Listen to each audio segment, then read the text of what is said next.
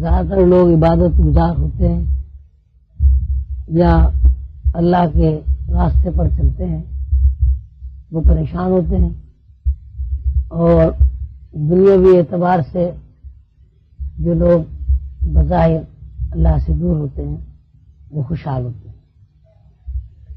ظاہرہ اسباب میں تو یہی نظر آتا ہے کہ جو لوگ مثلا اسمگلر ہیں، ملاوٹ کرنے والے ہیں، منشیات کا کاروبار کرنے والے ہیں یا ہیرا پھیری کرنے والے ہیں، وہ دنیاوی اعتبار سے خوشحال ہوتے ہیں، ان کے بڑے بڑے گھر ہوتے ہیں، گاڑیاں ہوتی ہیں وغیرہ وغیرہ۔ اور جو لوگ ایمانداری سے اپنی زندگی گزارتے ہیں وہ بیچارے ناخوش ہوتے ہیں، ان کے پاس گھر و گاڑی تو کیا، کھانے کا ان سے صحیح رہتا ہے۔ بات یہ سمجھنے کی ہے کہ ایسا کیوں ہوتا ہے؟ کیا واقعی ایسا ہے کہ جو اللہ سے دوستی کرے یا جو اللہ کے احکامات پر عمل کرے اور اللہ اور اللہ کے رسول کی قوانین کے مطابق زندگی گزارے وہ دنیا میں پریشان رہتا ہے، اور جو اللہ اور رسول کی قوانین کے خلاف زندگی گزارے وہ خوشحال ہوتا ہے؟ یہ سوال ہے اپنی جگہ۔ یہ اس قسم کے سوالات ہر انسان کے ذہن میں آتے ہیں، جو بھی ذرا سا بھی سمجھدار ہے بندہ اس کے ذہن میں یہ بات ضرور آتی ہے کہ یہ کیا بات ہے۔ یہ سوال جس طرح عام لوگوں کے ذہن میں آتا ہے میرے ذہن میں بھی آیا، اور میں نے اپنے پیر مرشد حضور قلندر بابا اولیاء سے پوچھا کہ یہ جو دنیا کا ایک نظام ہے غریبی اور امیری کا، ایک طرف لوگ اتنے امیر ہیں کہ انہیں یہ پتہ ہی نہیں کہ ان کے پاس کتنا پیسہ ہے، دوسری طرف لوگ بیچارے اتنے غریب ہیں کہ وہ نہ بچوں کو پیٹ بھر کے روٹی کھلا سکتے ہیں، نہ وہ اپنے بچوں کو اچھا لباس پہنا سکتے ہیں، اور نہ ہی وہ اپنے بچوں کی تعلیم و تربیت کر سکتے ہیں۔ یہ بھی دیکھا گیا ہے کہ جن لوگوں کے پاس پیسہ ہے وہ اپنے بچوں کو اعلیٰ تعلیم دلاتے ہیں، اچھے اچھے اسکولوں میں پڑھاتے ہیں، باہر بھیجتے ہیں۔ اس کا نتیجہ یہ ہوتا ہے کہ چونکہ وہ غریب کے بچوں سے ممتاز ہوتے ہیں علم میں، لہذا حکومت بھی ان کے ہاتھوں میں چلی جاتی ہے۔ تو جتنی بھی یہ سلطنتیں گزری یا ہیں ان میں بھی ہم یہی دیکھتے ہیں کہ امیروں کے بچے جو ہیں وہ ہیر پھر کے حکمرانی کرتے ہیں، اور وہ امیر سے امیر تر ہوتے چلے جاتے ہیں اور غریب سے غریب تر ہوتا چلا جاتا ہے۔ یہ ایسا سسٹم ہے جو پاکستان میں ہی نہیں ساری دنیا میں، اور آج سے نہیں ہزاروں سال سے۔ بنی اسرائیل کے زمانے میں جب حضرت موسیٰ علیہ السلام کو اللہ تعالیٰ نے اس دنیا میں بھیجا، یہی صورتحال تھی کہ فرعون کی حکومت تھی، ایک خاندان تھا مخصوص، ایک خاندان کے دو گروہ بن گئے، ایک گروہ نے بادشاہ سنبھال لی اور دوسرے گروہ نے مذہبی امور کو سنبھال لیا۔ اب بادشاہ جو ہیں وہ حکمرانی کرتے رہے اور ان مذہبی ٹھیکیداروں کا تحفظ کرتے رہے، مذہبی ٹھیکیدار بادشاہوں کا تحفظ کرتے رہے اور بادشاہوں کے انعام اور اکرامات سے زندگی گزارتے رہے۔ تو یہ آج بھی ہے، آج بھی یہی ہے کہ مذہبی جو دانشور ہیں بڑے بڑے وہ حکومت کے ساتھ تعاون کرتے ہیں اور حکومت ان کے ساتھ تعاون کرتے ہیں۔ اب اس میں کوئی ایسی بات تو ہے نہیں کہ صاحب کہ ایسا نہیں ہوتا، ایسا ہوتا ہے، ساری دنیا میں ہو رہا ہے، پاکستان میں بھی ہو رہا ہے، ہندوستان میں بھی ہو رہا ہے، امریکہ میں دانشور ہیں بڑے بڑے وہ حکومت کے ساتھ تعاون کرتے ہیں اور حکومت ان کے ساتھ تعاون کرتے ہیں۔ اب اس میں کوئی ایسی بات تو ہے نہیں کہ صاحب کہ ایسا نہیں ہوتا، ایسا ہوتا ہے، ساری دنیا میں ہو رہا ہے، پاکستان میں بھی ہو رہا ہے، ہندوستان میں بھی ہو رہا ہے، امریکہ میں ہر جگہ ہے۔ مجھے حضور قلندر بابا نے اس سوال کا جواب یہ دیا کہ پہلی بات تو یہ ہے کہ اللہ تعالیٰ کے یہاں جو وسائل کی تقسیم ہے، مساوات جو ہے وہ مساوات دولت کی مساوات نہیں ہے۔ یعنی یہ نہیں ہے کہ اگر ایک امیر آدمی کو 1 لاکھ روپے ملیں گے تو غریب آدمی کو بھی لازماً 1 لاکھ روپے، بلکہ مساوات اللہ کے یہاں جو ہے وہ ذہنی سکون ہے، کہ ذہنی سکون جو ہے وہ اللہ تعالیٰ جو ہے مساویانہ سے تقسیم ہے۔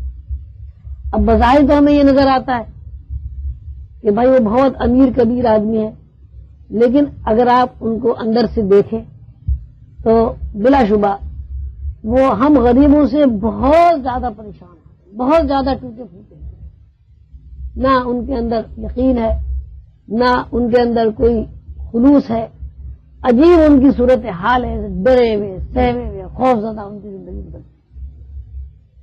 اللہ تعالیٰ محفوظ رکھے۔ میں کیونکہ میرا تو یہ پبلک ریلیشن ہے اور سال ہو گئے، تو میں اپنے غریب بھائیوں کے پاس بھی جاتا ہوں، غریب بھائی بھی میرے پاس آتے ہیں، امیروں سے کو بھی میں نے قریب سے دیکھا ہے، ان کے اندرونی حالات بھی میں نے دیکھے۔ ابھی میں آپ کو ایک واقعہ سناؤں، ایک صاحب بہت بڑے مل کے مالک، وہ میرے پاس آئے اور بڑے ناراض، بھائی کیا ہو گیا؟ وہ کہنے لگے صاحب وہ بھائی بڑے خراب ہیں، بڑے بے وفا ہیں، میں نے چھوٹے بھائیوں کو اپنے سینے پر لٹا کے پالا، پرورش کیا، تعلیم و تربیت دی، ایسا ہے ویسا ہے، بہت انہوں نے برائی کی۔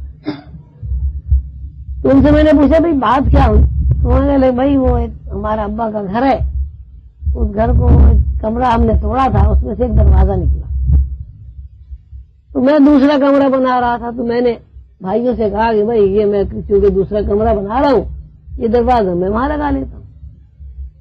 تو بھائیوں نے کہا کہ یہ تو بھائی ابا کا بنایا ہوا گھر تھا، اس میں تو سب کا ورثہ ہے، تم اپنا حصہ دے دو، دروازہ لے جاؤ۔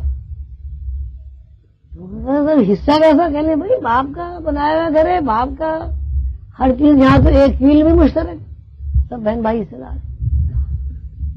تو اس میں ان کی آپس میں بہت، بھائی نے برا بھلا کہا، ان کا نہیں اس میں برا بھلا کہا، بات ہی نہیں، شریعت کا مسئلہ، یہ دروازے میں ساری شریعت آ گئی۔ پھر میں نے کہا بھائی ہوا کیا یہ تو بتاؤ؟ تو کہنے لگے بھائی میں کیا کرتا، میں نے وہ دروازہ لے لیا اور بھائیوں کے میں نے پیسے دے دیے۔ تو میں نے کہا یار تم بڑے بے غیرت آدمی، وہ دروازہ چھوڑ دیتے۔ کہنے لگے اگر میں چھوڑ دیتا تو میرا حصہ بھی جاتا رہتا۔ مل آنر ہے، بڑی بڑی بلڈنگ ہے، نام میں لینا نہیں چاہتا، پردہ رکھنا چاہیے۔ کتنے بلڈنگ ایسی ہیں جن میں ان کے اسپتال یہاں صدر میں، میٹرو روڈ میں، اور پتہ نہیں کہاں کہاں۔ حال ان کا یہ ہے کہ 4 بھائی 5 بہنیں، ایک دروازے کے سب نے پیسے لے لیے بڑے بھائی، اور بڑے بھائی نے وہ چھوٹے بھائیوں کے اوپر دروازہ اس لیے نہیں چھوڑا کہ ان کا حصہ مارا جا رہا تھا۔ اب آپ اندازہ لگائے ایک غریب آدمی کا اور ایک امیر آدمی کا۔ بھئی آپ سب بیٹھے ہوئے ماشاءاللہ خوشی ہوتی ہے، بڑے بھائی کو خوشی ہوتی ہے بھائی ہمارے چھوٹے بھائی کے کوئی کام چیز آ جائے، چھوٹے بھائیوں کو یہ خوشی ہوتی ہے کہ ہمارے بڑے بھائی کے یہ چیز کام آ جائے، لیکن وہاں ایک دروازے پر بھی حصہ بکھرا ہوتا ہے۔ اب اس سے آپ اندازہ لگائیے کہ ان کے یہاں دولت کا کیا معیار ہے، اور جہاں دولت کا یہ معیار ہو ہم نے تو وہاں سکون کیسے لیا۔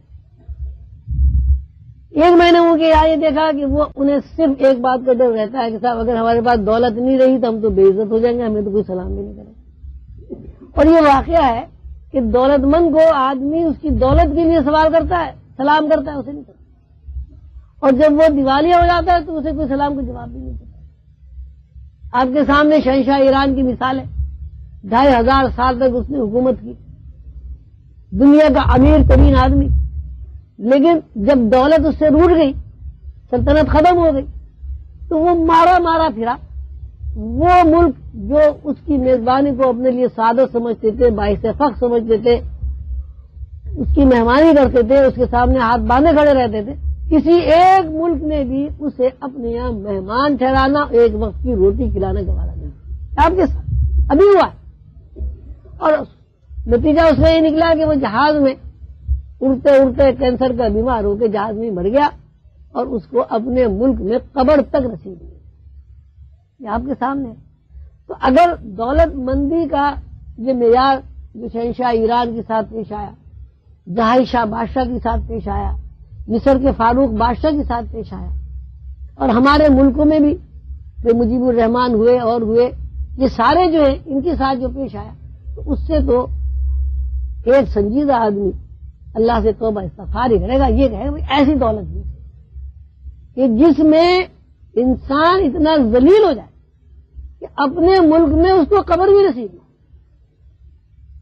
تو اب دیکھیے، اب آپ غریب آدمی کا اور امیر آدمی کا سکون ایک جگہ رکھے، اس میں آپ کو یہ برابری ملے گی کہ اس کو قدرت نے بے شمار وسائل دے دیے لیکن اسے سکون چھین دیا. اور غریب آدمیوں کے پاس وسائل کم ہیں لیکن ان کو امیر آدمیوں کے مقابلے میں سکون زیادہ ہے. ایک تو یہ انہوں نے بتایا، جو بات سمجھائے. میں نے ذاتی طور پر اس معاملے پہ جو غور کیا، اس کی وجہ میری سمجھ میں یہ آئی کہ غربت جو ہے، وہ غربت اللہ کی طرف سے کسی کو نہیں ہوتی. آدمی خود ہی غریب ہوتا ہے. اللہ تعالیٰ نے یہ جو زمین ہے، اس زمین کو اپنا دسترخوان بنایا اور اس زمین کو پھر ہی تقسیم کر دیا. ایسا نہیں ہے کہ بھئی اللہ تعالیٰ نے امیر کو مفت دے دی ہو، غریب کو مفت نہ دی ہو. یہ امیروں نے اپنا تسلط قائم کر کے غریبوں کے اوپر ان کو اذیت اور تکلیف پہنچائی. لیکن جب بھی غریب آدمی امیروں کے خلاف منظم اور متحد ہو گئے تو کچھ بھی نہیں ہوا. شہنشاہ ایران جیسے آدمی جو ہے ذلیل و خوار ہو کے مر گئے. تو اب اللہ ایک دسترخوان بچھا ہوا ہے، یہاں سے وہاں تک ہر چیز ہے. مرغ بھی پڑا ہوا ہے، سیب بھی پڑا ہوا ہے، امرود بھی پڑا ہوا ہے، ہر چیز پڑی ہے. اب آپ اس کو اٹھاتے ہی نہیں، آپ اس کو استعمال ہی نہیں کرتے، تو اس میں اللہ میاں کا کیا قصور؟ اللہ میں نے آپ کو کیوں غریب کر دیا؟ بھائی ایک سرمایہ دار کی زندگی کا جب آپ مطالعہ کریں گے تو اس کی زندگی میں سوائے محنت محنت محنت محنت اس کے علاوہ آپ کو کچھ نظر نہیں. اس کو صرف ایک بس اس کے ذہن میں بات ہے کہ امیر بننا ہے، مل لگانا ہے، فیکٹری لگانی ہے، انڈسٹری لگانی ہے، کاروبار کرنا ہے. ایمانی بے ایمانی دغابازی مکاری کسی بھی صورت سے مجھے دولت حاصل کرنی ہے اور وہ اس محنت میں لگا رہتا ہے. اس کے برعکس مزدور راج مزدوروں کو ہم دیکھتے ہیں، ان کے گھر والے بھی آتے ہیں ہمارے پاس. گھر میں اگر آٹا ہے تو وہ محنت مزدوری کے لیے گھر سے باہر ہی نہیں نکلتا. وہ جب شور مچتا ہے گھر میں، بھائی کھانے کو روٹی نہیں، تب وہ کندھے پہ رومال ڈال کے مزدوری کے لیے نکلتے ہیں. پھر 8-10 دن مزدوری کرتے ہیں. آپ نے دیکھا ہوگا کہ جتنے رنگ کرنے والے 8 دن کا کام ہوگا 2 مہینے پورا کرتے. کسی کارپینٹر کو لے لیجیے، آپ اس کے پیچھے پیچھے پھرتے رہیں گے، آپ کا فرنیچر پورا نہیں کرے. جب اس کو پیسے کی ضرورت ہوگی جبھی آئے. تو یہ جو دنیا ہے، دنیا کا حصول جو ہے، اس کا تعلق اس بات سے ہے کہ آپ اس دنیا کے لیے کتنی جدوجہد کرتے ہیں، کتنی کوشش کرتے ہیں. جتنی جدوجہد اور کوشش آپ کرتے ہیں اسی کے حساب سے آپ کے نتیجہ نکل جاتا ہے. اب آپ یہ کہیں گے صاحب غریب کے بچے بیکار ہیں، انہیں نوکریاں نہیں ملتی، امیروں کو نوکریاں مل جاتی. اس میں بھی آپ یہ دیکھیے، اب ایک بچے نے انجینئرنگ پڑھ لی، اب اس کی شان کے خلاف ہے کہ وہ جوتا بنائے، اس کی شان کے خلاف ہے کہ وہ مزدوری کرے. اس لیے کہ وہ سمجھتا ہے میں نے انجینئرنگ کی ڈگری لے لیا، میرا کام تھوڑی ہے کہ میں زمین کھودوں، یا میرا کام تھوڑی ہے کہ صاحب میں کوئی انڈسٹری لگا لوں، یا میرا کام تھوڑی ہے کہ صاحب میں کھڑا ہو کے کہیں صفائی کر دوں.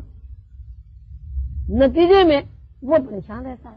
لیکن اب ہم دوسرے ممالک میں دیکھتے ہیں، مثلا امریکہ میں آپ دیکھیں، فرانس میں دیکھیں، یورپ میں دیکھیں، وہاں محنت مزدوری کوئی عیب ہی نہیں ہے، وہاں لوگوں کو سب کو کام مل جاتا ہے. تو اس میں اللہ کی طرف سے غریبی امیر نہیں ہے. آپ یہ نہ سمجھیں کہ اللہ میاں نے ایک مخصوص ایک طبقہ بنا دیا ہے کہ صاحب وہ طبقہ غریب ہی رہے گا، وہ امیر ہی رہے گا. اللہ تعالیٰ کی ایک زمین ہے، جس طرح فری زمین ایک امیر آدمی کو ملتی ہے، اسی طرح ایک فری زمین ایک غریب آدمی کو ملتی ہے. جس طرح ہوا مفت امیر لوگوں کو ملتی ہے، اسی طرح ہوا غریبوں کو بھی ملتی ہے. دھوپ، آکسیجن، کون سی ایسی چیز ہے جو اللہ کی طرف سے نازل ہو رہی ہے اور اللہ تعالیٰ غریبوں سے پیسہ لے رہا ہے اور امیروں کو مفت دے رہا ہے؟ بات یہ ہے کہ غریب جو ہے جب اپنے آپ کو احساس کمتری میں مبتلا کر لیتے ہیں اور یہ سمجھ لیتے ہیں کہ ہم کچھ نہیں ہیں، وہ کچھ نہیں ہو جاتے. اب آپ یہ دیکھیں، یہ ایک روایت ہے، ہم نے بزرگوں سے سنا ہے اور دیکھا بھی ہے کہ ایک آدمی امیر ہو جائے وہ سب کا رشتہ دار ہے، اور بیچارے غریب ہیں تو اس سے کہیں گے جی چھوٹا بھائی بھی ہوگا تو آپ کہیں گے ہاں ہمارے رشتہ دار ہیں دور بڑے. تو اس کا مطلب یہ ہوا کہ غریب خود امیر کو اہمیت دے رہا ہے دولت کی بنیاد پر، اور اس کی وجہ سے وہ احساس محرومی میں مبتلا. اللہ تعالیٰ کا ایک نظام ہے، اللہ تعالیٰ نے یہ ایک سسٹم بنایا ہوا ہے. ہر چیز جس طرح امیر کے لیے مستقسیم ہو رہی ہے کائنات میں، اس طرح غریب کے لیے بھی مستقسیم ہو رہی ہے. بات صرف محنت کی ہے کہ آپ محنت کریں، آپ کو ہر چیز حاصل ہو جائے گی.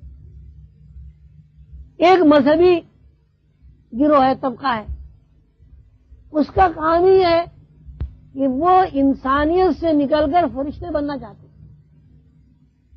اب ایک آدمی صبح کو تہجد میں اٹھا، مظاہر تو یہ بہت اچھی بات ہے، تہجد میں اٹھا، اس نے جناب نفلیں پڑھی، صبح تک وظیفہ پڑھا، اس کے بعد جناب فجر کی نماز پڑھی، پھر عشاء کی نفلیں پڑھی، اشراق کے بعد اس نے چاش کی نفلیں پڑھی، چاش کی نفلیں کے بعد ظہر کا وقت آ گیا جی، ظہر کی جناب نماز پڑھی. ظہر ابھی جناب اس نے کام بھی نہیں کیا تھا اور کام کا ٹیمپو بھی نہیں بنا تھا، اللہ اکبر، اثر کے اذان ہو گئی، مسجد میں چلے گئے. ابھی وہاں سے فارغ ہو کے چائے پی رہے تھے، مغرب کی اذان ہو گئی، مسجد میں چلے گئے. بکری کے بعد ابھی کھانا بھی پوری طرح نہیں کھایا تھا، پھر ملا جی نے اذان دے دی، عشاء کی اذان ہو گئی. اب سونے کا وقت کہاں ملا؟ تو جب اس کی نیندیں پوری نہیں ہوگی وہ دنیا میں کیا کام کرے؟ جہاں بھی جائے گا ٹولتا رہے گا بیٹا. میں نے دیکھے ایسے لوگ جو ہر وقت پڑھتے رہتے ہیں، وہ جمائیاں لیتے ہیں، ٹولتے رہتے ہیں، تھوڑے دن میں وہ مالک کہتے ہوں گے اپنے گھر جا کے سو بھائی، ہمارے بس میں. تو اب جب عبادت کریں گے تو اتنی عبادت کریں گے کہ وہ دنیاوی معاملات جو ہیں وہ اس میں نہ وہ دلچسپی لے سکتے ہیں، نہ محنت کرتے ہیں، نہ مزدوری کرتے ہیں. زیادہ پڑھنا لوگ کہتے ہیں صاحب بہت اچھا ہے، لیکن جس چیز میں پڑھنے میں طاقت ہوگی، لیکن آپ اللہ کا نام لیتے ہیں، اللہ کا نام پڑھتے ہیں، ظاہر ہے اس کی ایک انرجی، ایک طاقت ہے، تو اس کے لیے سکت بھی ہونی چاہیے. تو آپ اتنا زیادہ پڑھ لیتے ہیں کہ اس کے انوار اور روشنیوں سے آپ کا شعور اور دماغ جو ہے معطل ہو جاتا ہے، آپ کسی کام کے قابل نہیں رہتے. تو ظاہر ہے جب آپ کسی کام کے قابل ہی نہیں رہیں گے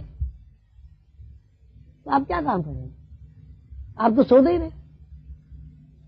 تو ایک سسٹم ہے، اگر اس سسٹم میں آپ داخل ہو گئے تو آپ کے لیے اللہ کا نظام پورا صاف ستھرا میدان پڑا ہوا ہے. آپ جتنا چاہے دوڑے، جتنا چاہے بھاگے، جتنا چاہے مسائل آتے تھے. اور اگر آپ نہیں تو پھر ٹھیک ہے، اللہ نے رزق کا وعدہ کیا، روٹی تو آپ کو ملتی رہے گی، بھوکا کوئی نہیں مرتا، کھانا بھی ملے گا، کپڑا بھی ملے گا، گھر بھی ملے گا. اب یہ کہ آپ آسائش اگر مہیا کرنا چاہتے ہیں تو آسائش کے لیے تو ضروری ہے کہ بھائی آپ یہاں سے وہاں تک فرض کیجئے. اب یہاں 1 میل پہ بکری کا گوشت رکھا ہوا ہے، دوسرے میل پہ دال رکھی ہوئی ہے، تو اب آپ دال بھی کھا سکتے ہیں، بکری کا گوشت بھی کھا سکتے ہیں. اللہ نے تو نہیں منع کیا، اللہ نے بکری آپ کے لیے بھی پیدا کی، امیر کے لیے پیدا کی. اب آپ کہتے ہیں بھائی 1 میل وہاں بکری کا گوشت کون کھائے، چلو دال پہ ہی گزارا کرو. وہ امیر کہتا ہے نہیں، 1 میل جانا ہے، بکری کا ہی گوشت کھانا، دال پہ کیوں گزارا کیا گیا؟ وہ امیر بولتا ہے. تو یہ سسٹم جو ہے، اس سسٹم میں کوئی خرابی نہیں ہے. ہماری سوچ میں خرابی ہے، ہماری محنت کرنے میں خرابی ہے. ایک یہ کہ اللہ تعالیٰ نے دیکھیے فرشتوں کو ہمارا مسجد بنایا، آدم کو سجدے کا حکم دیا فرشتوں کو، اور فرشتوں نے سجدہ کیا سب جانتے ہیں. ابلیس نے سجدہ نہیں کیا، اس کو اللہ تعالیٰ نے ملعون قرار دے دیا، سب جانتے ہیں. تو آپ یہ بتائیں کہ انسان افضل ہے یا فرشتہ افضل ہے؟ اگر فرشتے افضل ہوتے تو انسان کو، آدم کو کہا جاتا کہ فرشتوں کو سجدہ کرو. وہاں آدم کو افضل بنا کے فرشتوں کو حکم دیا گیا کہ تم سجدہ کرو. تو ہم رات دن تسبیحاں پڑھ پڑھ کے فرشتے بننا چاہ رہے ہیں. یعنی اللہ تعالیٰ نے ہمیں جو شرف دیا ہے فرشتوں کے اوپر، اس شرف کو ہم کھو کر اس کی ناقدری کر کے، ناشکری کر کے، کفران نعمت کر کے فرشتہ بننا چاہ رہے ہیں. اچھا جب آپ فرشتہ بننا چاہ رہے ہیں بھائی، فرشتے تو کپڑے بھی نہیں پہنتے، فرشتے تو روٹی بھی نہیں کھاتے، فرشتے تو شادیاں بھی نہیں کرتے. جب آپ فرشتے ہی بن گئے تو آپ دنیا آپ سے ظاہر ہے روٹ جائے گی، دور ہو جائے گی. اسی لیے مذہب نے 5 وقت کی نماز جو ہے فرض کر دی ہے. اور اس میں بھی یہ نہیں ہے کہ صاحب آپ بس نماز نہیں پڑھے رہے، میں نے فجر کی، اگر آپ نماز شروع کریں تو دوپہر ہو جائے، ظہر کی نماز پڑھیں تو عصر ہو جائے. اس کا بھی ایک وقت ہے، تعین ہے وقت. اب فجر کی اذان کے بعد سے آپ نماز پڑھ لیں فجر کی، اور اس کے بعد سے دیکھیے ظہر تک کتنا وقت ہے، مسلسل وقت ہے کاروبار کا کہ آدمی کاروبار کرے. لیکن اب آپ کاروبار کی طرف توجہ نہ کریں، وظیفوں کی طرف توجہ کریں تو ظاہر ہے دنیا کیسے کام کرے گی؟ میرے پاس ایک صاحب آئے وہاں متم میں، جب میں بیٹھا کرتا تھا کہ صاحب میں بڑا پریشان ہوں. بھائی کیا پریشانی ہو گئی؟ کہ صاحب میں جو کاروبار کرتا ہوں مجھے نقصان ہوتا ہے. بھائی کیوں نقصان ہو جاتا ہے؟ کہ صاحب وہ میں یہ کرتا ہوں وہ کرتا ہوں، اور میں دوستوں کو پیسہ دیتا ہوں، وہ کاروبار کرتے ہیں مجھے کوئی واپس نہیں کرتا. بھائی تم خود کیوں نہیں کرتے؟ کہ خود میں کر نہیں سکتا، میں کسی فرم میں ملازم ہوں. اس زمانے میں یہ کوئی 10-12 سال پرانی بات ہے. انہوں نے کہا کہ صاحب مجھے 42,000 روپے مہینہ تو تنخواہ ملتی ہے اور الاؤنس الگ ملتا ہے، کمیشن الگ ملتا ہے. تو میں بھائی سیدھی سی بات ہے، تمہیں اتنی بھاری آمدنی ہے، روپیہ تم سے رکھا نہیں جاتا، تم دوستوں کو دیتے ہو وہ کھا جاتے ہو، تمہیں کیوں کما کے دے؟ تو اس نے کہا کہ نہیں جی وہ چھوڑیں آپ، یہ تو میں ہو جائے گا، آپ مجھے کوئی وظیفہ بتائیں. میں نے اس سے پوچھا کہ بھائی تم کسی کمپنی میں ملازم ہو؟ کہنے ہاں جی جرمنی کی ایک کمپنی ہے اس میں.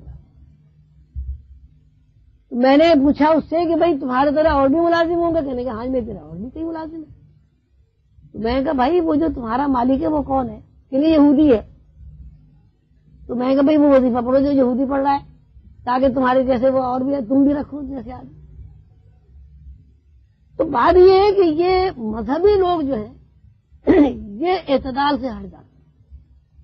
اسلام جو ہے وہ اعتدال کا درس دیتا ہے، سبق دیتا ہے. اعتدال سے جو بندہ جہاں بھی ہٹے گا نقصان اٹھائے گا. آپ کی خوراک ہے 2 روٹی، آپ 4 روٹی کھائیں 2-4 دن، آپ دیکھیے آپ کا پیٹ خراب ہو جائے. آپ کو سونا چاہیے 8 گھنٹے، آپ 2 گھنٹے سوئیں آپ کی صحت خراب ہو جائے. آپ کی انرجی ہے کام کرنے کی 6 گھنٹے کی، آپ کچھ عرصہ 12 گھنٹے 14 گھنٹے 16 گھنٹے کام کریں، آپ کے اعصاب بالکل ٹوٹ جائیں گے، جواب دے جائیں گے، ٹینشن میں آپ مبتلا ہو کے بیمار ہو جائیں، کبھی ہائی بلڈ پریشر ہو جائے گا، کبھی لو. تو یہ جو قدرت کا جو نظام ایک سسٹم ہے اس میں اعتدال ہے. جو لوگ اعتدال میں رہ کر زندگی گزارتے ہیں وہ خوش رہتے ہیں. امیر آدمی اس لیے خوش نہیں رہتے کہ وہ اعتدال توڑ کر صرف اور صرف دولت کے ہو جاتے ہیں، بس انہیں دولت چاہیے. ایک دفعہ میں ایک حضور قندر بابا کے پاس گیا، ایک مجلس تھی بہت بڑی، وہاں بڑے امیر لوگ بیٹھے ہوئے تھے، میں بھی پہنچ گیا. جب وہ کھانے کا وقت ہوا تو ایک بہت ہی خوبصورت ٹرے، اس میں ایک سفید کپڑا، اس میں ایک ڈبیا بڑے خوبصورت چمکدار اسٹینلیس اسٹیل کی، وہ سب لوگوں کے پاس آئی. سب نے ایک گولی، ایک گھوٹ پانی. میرے پاس بھی وہ ڈبیا آئی. میں نے کہا بھائی یہ کیسی گولی ہے، کیا ہے، کیوں کھائیں؟ وہ کہنے لگے اسے بھوک لگتی.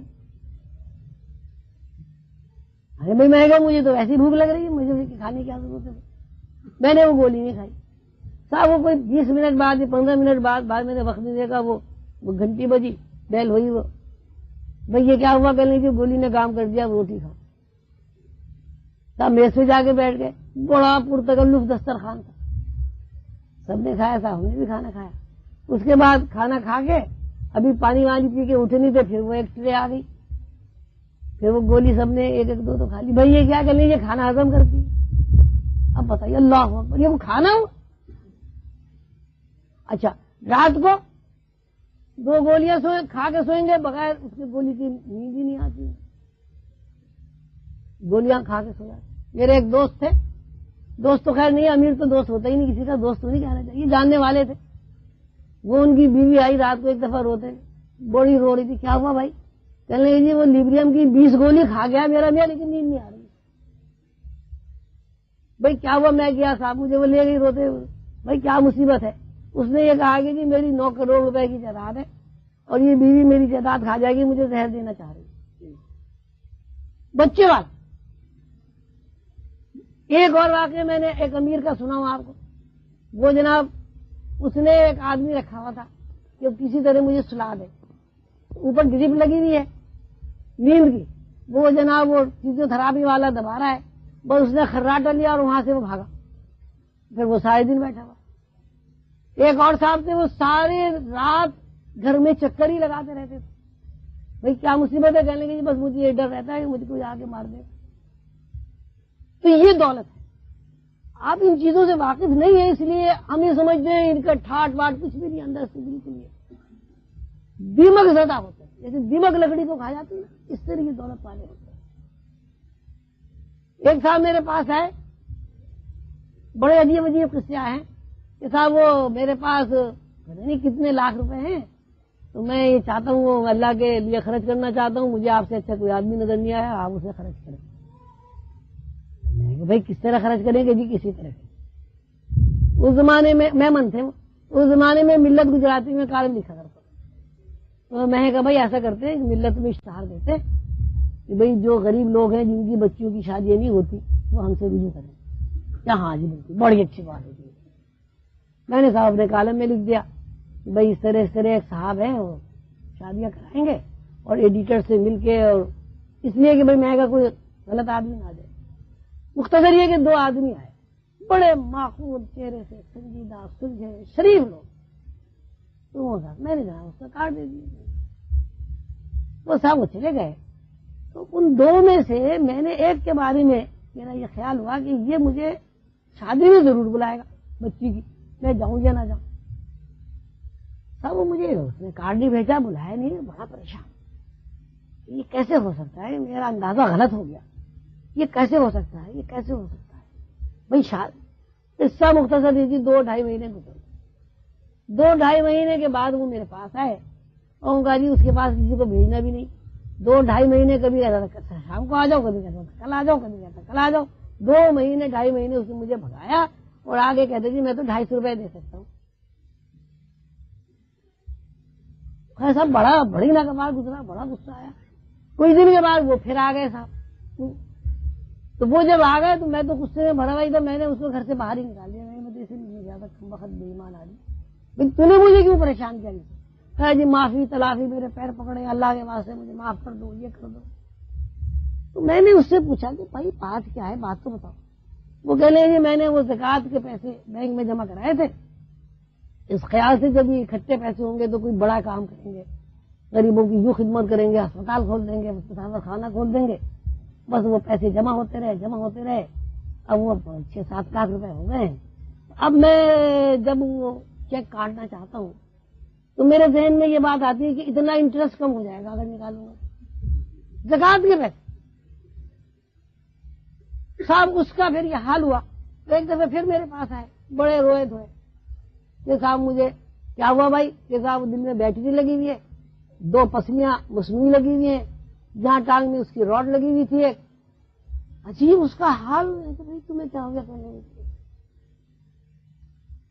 بھائی میرا ہارٹ اٹیک ہوا، اس نے بیٹری ڈال دی، وہ جہاں درد ہوا پسلی نکال کے دوسری ڈال دی، گردے میں پتہ نہیں کیا ایک گردہ نکل گیا۔ تو میں کہا یار تم زندہ کیسے ہو؟ کہنے ہاں جی میں زندہ ہوں۔ بھائی تم کیوں آئے بھائی؟ کہنے جی ایک درخواست ہے آپ قبول کر لیں۔ میں کہ نہیں میں تو تیرے سے بات ہی نہیں کرتا، تو بہت خراب آدمی۔ وہ جی پھر رونے لگا باقاعدہ آنسو ہوتے۔ تو میں نے کہا بھائی تو بتا تو صحیح ہے۔ کہنے جی بس میری ایک خواہش ہے کہ یہ بندو کباب والا ہے، اس کے پاس چلو اور میرے ساتھ کباب کھا لیں۔ تو میں نے کہا بھائی یہ کباب کا کیا بھائی بیچ میں تعلق آ گیا؟ میں بڑا حیران ہوا بھائی کباب کا کیا تعلق؟ تو وہ کہنے لگے جی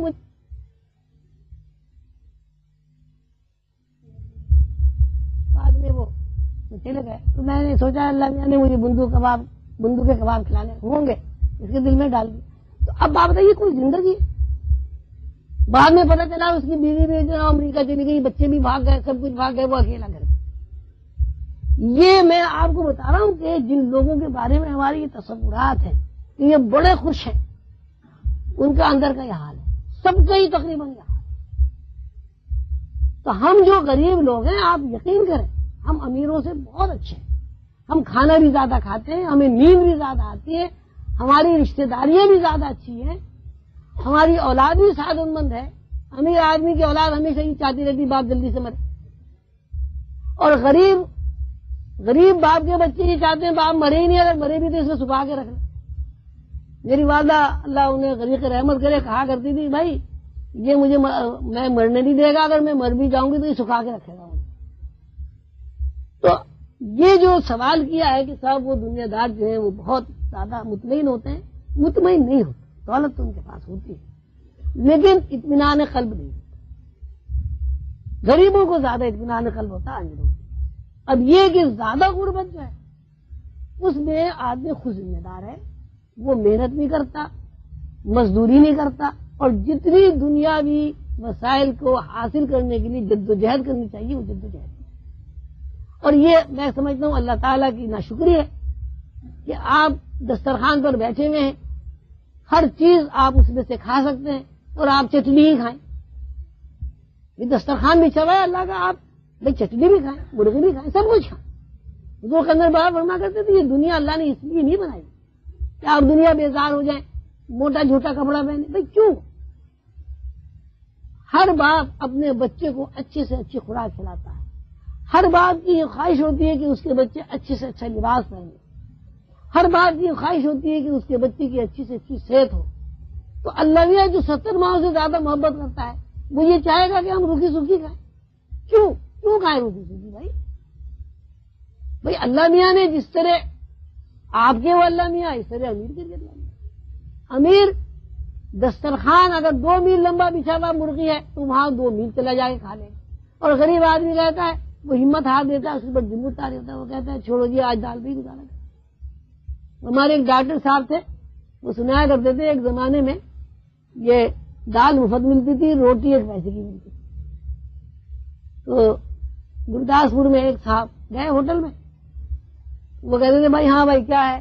اس نے کہا جی روٹی 1 پیسے کی، دال مفت. تو انہوں نے کہا پھر آج آپ دال پہ گزارا کر لیں. تو یہ سوال جو ہے، یہ سوال جو ہے اللہ تعالیٰ کسی کو غریب بھی دیکھنا چاہتا ہے، لیکن ایک بات ہے کہ اللہ تعالیٰ کسی کو دولت پرست بھی نہیں دیکھنا چاہتا. اللہ تعالیٰ یہ چاہتا ہے کہ جو کچھ تمہیں دیا گیا ہے اس کو کھاؤ پیو، اس سے استفادہ کرو، لیکن یہ ذہن میں رکھو کہ یہ دل لگانے کی جگہ نہیں. جو بھی کچھ آپ بڑے سے بڑا گھر بنا لیں، چھوڑنا پڑے گا. بہترین لباس پہن لیں، کفن آپ کو لٹھے کو ہی پڑے. آپ اپنے گھر میں ماربل لگا لیں اوپر سے نیچے تک، سونا آپ کو قبر میں ہی پڑے، کچی مٹی. لیکن اللہ تعالیٰ یہ بھی نہیں چاہتے کہ اللہ تعالیٰ کی دی ہوئی نعمتوں کا کفران. لیکن ایک باپ ہے وہ گھر میں پھل بھی لاتا ہے، گھر میں اچھی اچھی چیزیں بھی لاتا ہے، بچے نہیں کھائیں گے تو باپ خوش ہوگا؟ باپ کا دل برا ہو، بلکہ لڑے گا، بچے کو ڈانٹے ڈپٹے. یہی صورت اللہ کی یہ کہ اللہ یہ چاہتا ہے کہ اس کی نعمتوں سے فائدہ اٹھائے، لیکن نعمتوں سے فائدہ اٹھانے کے لیے ہمیں جدوجہد بھی کرنی پڑے گی، کوشش بھی کرنی پڑے گی. اب ہر وقت ہم تسبیح ہی پڑھتے رہیں گے، ظاہر ہے ہمارے اندر سے وہ جدوجہد کوشش ہی نکل جائے گی، نیند کا ہی غلبہ رہے. پھر یہ کہ زیادہ ہی انوار اپنے اندر جمع کر لیں گے تو ہمارے اندر فرشتوں کی خصوصیات آ جائیں گی. جب فرشتوں کی خصوصیات آ جائیں گی تو خود ہی ہمارا دل کپڑے سے بھی ہٹ جائے گا، کھانے سے بھی ہٹ جائے گا، بیوی سے بھی ہٹ جائے گا، بچوں سے بھی ہٹ جائے گا. تو اللہ تعالیٰ یہ نہیں چاہتے کہ کوئی غریب آدمی نہ. اللہ تعالیٰ کے نظام میں کوئی ایسا سلسلہ ہے کہ اللہ تعالیٰ یہ ضرور چاہتے ہیں کہ صاحب ایک آدمی کو بھوکے رکھا جائے. اس نہیں، اللہ تعالیٰ کا ایک دسترخوان ہے، وسیع ہے. دھوپ، جسے میں نے آپ سے کیا، دودھ فری، آکسیجن فری، بارش فری. تعالیٰ یہ چاہتے ہیں کہ جو چیز اللہ تعالیٰ نے اس دنیا میں پیدا کر دی ہے وہ تمام مخلوق ہے، لیکن اللہ تعالیٰ نے مخلوق کو اختیارات بھی دیے. اب جو بندے اپنے اختیارات استعمال کرتے ہیں وہ وسائل سے زیادہ فائدہ اٹھا لیتے ہیں، اور جو بندے کم ہمت ہوتے ہیں، جمود ان کے اوپر طاری ہوتا ہے، وہ وسائل سے فائدہ نہیں اٹھاتے اور روتے ہیں کہ ہمارے کچھ